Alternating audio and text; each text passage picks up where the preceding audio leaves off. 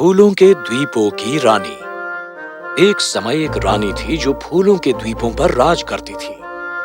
उसके पति उनके विवाह के कुछ ही वर्षों बाद गुजर गए। उस शोक से वो पूरी तरह उबर नहीं पाई थी, तो उसने अपना पूरा ध्यान अपनी दो राजकुमारियों के पालन पोषण में लगा दिया। अब वो दोनों ही उसका सब कुछ थी। जब वो बड़ी हुई तो रानी को बहुत डर था कि लिली जो सबसे बड़ी थी, उसकी बेपनाह सुंदरता द्वीपों की रानी में ईर्ष्या भर देगी। क्योंकि सभी द्वीपों की रानी को संसार की सबसे सुंदर औरत होने का गर्व था और वो इस पर जोर देती थी कि सभी प्रतिद्वंदी उसकी सुंदरता के आगे दंडवत करें। ताकि उसके इस घमंड को और संतुष्टि मिले, उसने अपने पति यानी राजा को मजबूर किया कि वो आसपास के सभी द्वीपों के विरुद्ध जंग छेड़ दे। और उसने यही किया क्योंकि उसकी एकमात्र इच्छा यही थी कि वो अपनी रानी को खुश रखे। केवल एक ही शर्त थी, हर नई जीते जाने वाले राज्य की शाही राजकुमारियों को उसके दरबार में शामिल होना पड़ेगा जैसे ही वो 15 साल की हो जाए, और उसकी सुंदरता को आदर दे। फूलों के द्वीपों की रानी ने पूरा मन बना लिया था कि वो अपनी बेटी को उस घमंडी रानी के आगे पेश करेगी उसके 15वें जन्मदिन पर। नौजवान राजकुमारी की बेइंतहा सुंदरता प्रसिद्ध हो गई थी और रानी तक ये खबर पहुंच चुकी थी, जो उत्सुकता से उसके आने का इंतजार कर रही थी। ओह, क्षमा करना, क्या तुम तैयार हो मेरी राजकुमारी? हाँ माँ। रानी की उत्सुकता जल्दी ही ईर्ष्या में बदल गई। अंत में जब ये मुलाकात हुई तो यह असंभव ही था कि उसकी सुंदरता से कोई अप्रभावित रह सके, और उसे ये कहने पर मजबूर होना पड़ा कि उसने कभी भी उतनी सुंदर प्यारी लड़की को नहीं देखा था। पर कोई भी उसे ये यकीन नहीं दिला सकता था कि कोई उसकी सुंदरता पर हावी हो सकता है। मुझे ऐसा लगता है कि मैं बीमार हो रही हूँ। हमें ये किसी और समय जारी रखना होगा। पूरे दरबार की स्पष्ट प्रशंसा ने उसे इतना क्रोधित कर दिया था कि उसने बीमारी का बहाना किया और अपने कमरे में आराम करने चली गई। उसने फूलों के द्वीप की रानी को खबर भेजी कि वो क्षमा चाहती है कि वो बीमार है और वो उससे फिर नहीं मिल सकती। उसने ये जिम्मेदारी दरबार की एक और श्रेष्ठ महिला पर डाली कि वो उससे कहे कि वो अपने राज्य में अपनी राजकुमारियों के साथ लौट जाए। पर वो महिला फूलों के द्वीप की रानी की एक पुरानी सहेली थी, तो रानी को ये समझने में देर न लगी। अपमानित रानी की जादुई शक्तियों ने उसे आगाह कर दिया और उसने अपनी बेटियों को सावधान किया कि उन्हें एक बहुत ही बड़े खतरे की आशंका है और अगले 6 महीनों तक किसी भी कीमत पर महल से वो बाहर नहीं निकलनी चाहिए। 6 महीने तकरीबन पूरे हो गए थे। अंतिम दिन ही एक बहुत ही किस्मत बदलने वाला किस्सा होने वाला था। महल के निकट के एक मैदान में राजकुमारियों ने अपनी माँ से आग्रह किया कि उन्हें मैदान तक जाने दिया जाए, और रानी ने ये सोचकर कि सारा जोखिम टल गया है, उन्हें वहाँ ले जाने का वादा किया। लिली, ज्यादा आगे मत भागना। मैं नहीं भागूंगी माँ। रानी और उसके दरबार के लोग अपनी राजकुमारियों को आजाद देखकर बहुत खुश हुए। ध्यान रखना।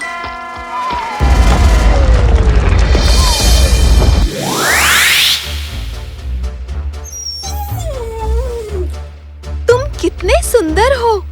कहाँ से आए हो तुम? हम कहाँ हैं? 1 मिनट, मैं तो अपनी माँ और बहन के साथ थी और इसी क्षण मैं यहाँ पर हूँ।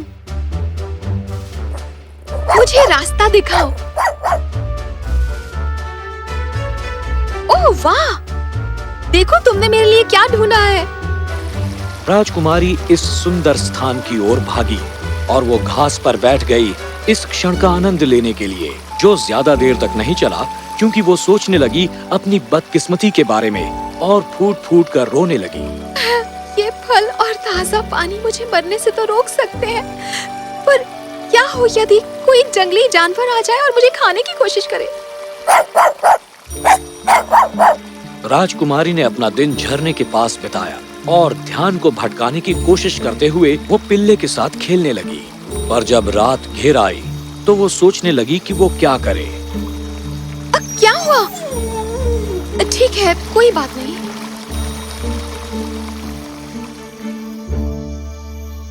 जो कुछ उस पर गुजरा था, उसकी थकान से चूर होकर वो जल्दी ही सो गई। यहाँ उसने कुछ और फल खाए और थोड़ा पानी पिया। वो फूलों में चली अपने छोटे कुत्ते के साथ खेलती रही और रात को लौट आई गुफा में सोने के लिए। कई महीने इसी तरह गुजर गए और अंत में जब उसका डर दूर हो गया तो उसने अपनी किस्मत के आगे घुटने टेक दिए।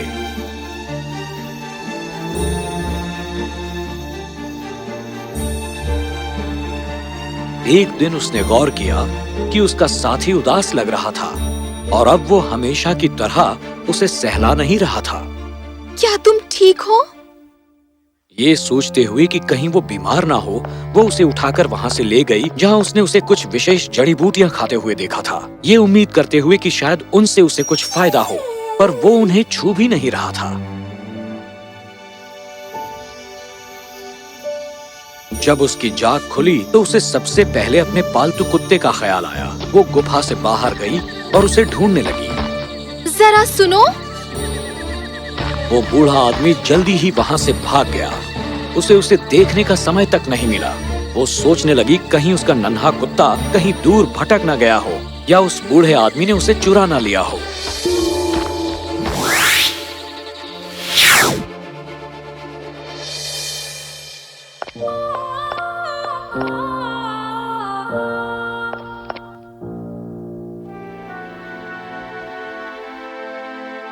माँ कहाँ पर है? वो तुम्हारे लापता होने का सदमा सह न सकी। ओह नहीं। छोटी राजकुमारी ने ताज पहन रखा था, जिसे उसने अभी अपनी बहन को सौंप दिया, जिसकी वो सही हकदार थी। हम इसके बराबर के हिस्सेदार होंगे। नई रानी का पहला काम अपनी प्यारी माँ की याद को सम्मानित करना था। अभी भी वो बहुत दुखी थी अपने नन्हे कुत्ते को खो देने पर। उसने हर देश में उसकी तलाश शुरू करवाई और जब वो कहीं न मिला, वो इतनी दुखी हो गई कि उसने अपना आधा राज्य उसे देने का फैसला किया जो उसे ढूंढ कर लाता।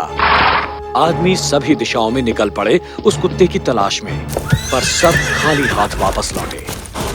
निराश होकर रानी ने घोषित किया कि अपने छोटे कुत्ते के बिना उसका जीवन असहनीय था और जो आदमी उस कुत्ते को वापस लाएगा वो उससे विवाह करेगी। इस तरह के इनाम के लालच ने पूरे दरबार को मरुस्थल में बदल दिया। इस बीच ये पूरी तलाश जारी रही। रानी को एक दिन इत्तला दी गई कि एक बहुत ही बीमार सा बूढ़ा आदमी उनसे बात करने को उत्सुक है। अपनी बात कहो। मैं रानी को उसका नन्हा कुत्ता देने को तैयार हूँ, यदि वो विवाह के बारे में अपना वादा निभाने को तैयार है तो। रानी को देश की रजामंदी के बिना विवाह करने का कोई अधिकार नहीं। सर्व संपत्ति की सभा को बुलाना होगा ऐसे महत्वपूर्ण मौके के लिए। तुम्हें मेरे घर में कमरा दिया जाएगा इस बीच जब सभा इस पर चर्चा करने के लिए इकट्ठी होती है कि क्या किया जाए। धन्यवाद रानी साहिबा। अगले दिन सभा एकत्रित हुई और राजकुमारी की सलाह पर यह निर्णय लिया गया कि उस आदमी को उस कुत्ते के बदले बहुत बड़ी रकम पेश की जाए और यदि वो इससे इनकार करता है तो उसे देश निकाला दे दिया जाए। पर उस आदमी ने इस पेशकश को ठुकरा दिया और हॉल से चला गया। डेज़ी ने रानी को जो हुआ उसकी इत्तला दी और रानी ने ये फैसला किया कि वो खुद की इच्छा की मालिक है और उसने फैसला कर लिया है कि वो राजगद्दी त्याग देगी और वो पूरी दुनिया में घूमेगी जब तक उसे उसका छोटा कुत्ता नहीं मिल जाता। पूरी दुनिया में घूमोगी सिर्फ एक कुत्ते के लिए? तुम्हें कोई भी कुत्ता या आदमी मिल सकता है जो तुम चाहो। मैंने अपना मन बना लिया है। इस बीच जब वो इस विषय पर बात कर रहे थे, एक सेवक प्रकट हुआ उन्हें ये सूचना देने के लिए कि खाड़ी जहाजों से भर चुकी है। इन सब जहाजों की ओर देखो। वो अवश्य ही किसी मित्र देश में होंगे। तुम ये कैसे बता सकती हो? हर जहाज झंडों से सजा है, झंडी और बैनरों से, और मुख्य जहाज पर सफेद शांति का झंडा लगा हुआ है। जरा देखो तो। रानी ने एक विशेष संदेशवाहक को बंदरगाह पर भेजा और उसे जल्दी ही पता लग गया कि जहाजों की सेना पन्ना द्वीप के राजकुमार की है, जो उसके राज्य में आने की विनती कर रहा है और अपना विनम्र सम्मान उसको पेश करने की। रानी ने उससे बैठने की विनती की और 1 घंटे तक उसे बातचीत में उलझाए रखा। मेरी रानी, मुझे तुम्हें कुछ अजीब बातें बतानी है जो केवल आप ही जानती हैं कि वो सच हैं। ठीक है, कहो। दरअसल मैं सभी द्वीपों की रानी का पड़ोसी हूँ।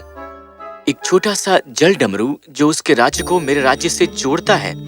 एक दिन एक हिरण का शिकार करते हुए मुझे उससे मिलने का इत्तेफाक हुआ और ये मेरा दुर्भाग्य था कि मैंने उसे पहचाना नहीं और आदर करने के लिए रुका नहीं सही रीति रिवाज से। और आप तो ये बेहतर जानती हैं कि वो कितनी द्वेषपूर्ण है। मैंने ये दोनों सच्चाइयां कीमत चुका कर जानी है। मैंने खुद को जल्दी ही दूर के प्रदेश में पाया और मुझे एक छोटे से कुत्ते में बदल दिया गया था। और इसी समय मुझे सौभाग्य प्राप्त हुआ महारानी साहिबा आपसे मिलने का। पर रानी का प्रतिशोध अभी तक संतुष्ट नहीं हुआ था और उसके बाद मुझे उसने बहुत ही कुरूप बूढ़े आदमी के रूप में बदल दिया। मैं आपके सामने भद्दा लगने से बहुत डर रहा था, इसलिए मैं घने जंगल में छुप गया था। मुझे एक दयालु परी के मिलने का सौभाग्य प्राप्त हुआ जिसने मुझे उस घमंडी रानी की ताकत से छुड़ाया और उसने मुझे आपकी यात्राओं के बारे में बताया और ये कि आपको कहाँ ढूंढना है। द्वीपों की रानी की जलन और घमंड ने बहुत षड्यंत्र रचा। उसके बाद उसे सजा देने के लिए परियों ने उसकी सारी शक्ति छीन ली। अब मैं आपको वो हृदय पेश करने के लिए आया हूँ जो पूरी तरह से सिर्फ आपका ही है मोहतरमा, तब से जब से हम मरुस्थल में मिले थे। कुछ दिनों बाद राज्य के जरिए खबर भेज दी गई कि राजकुमारी लिली और नौजवान राजकुमार का विवाह हो गया है और वो राजी खुशी रहे बहुत सालों तक और अपनी प्रजा पर अच्छे से राज्य किया।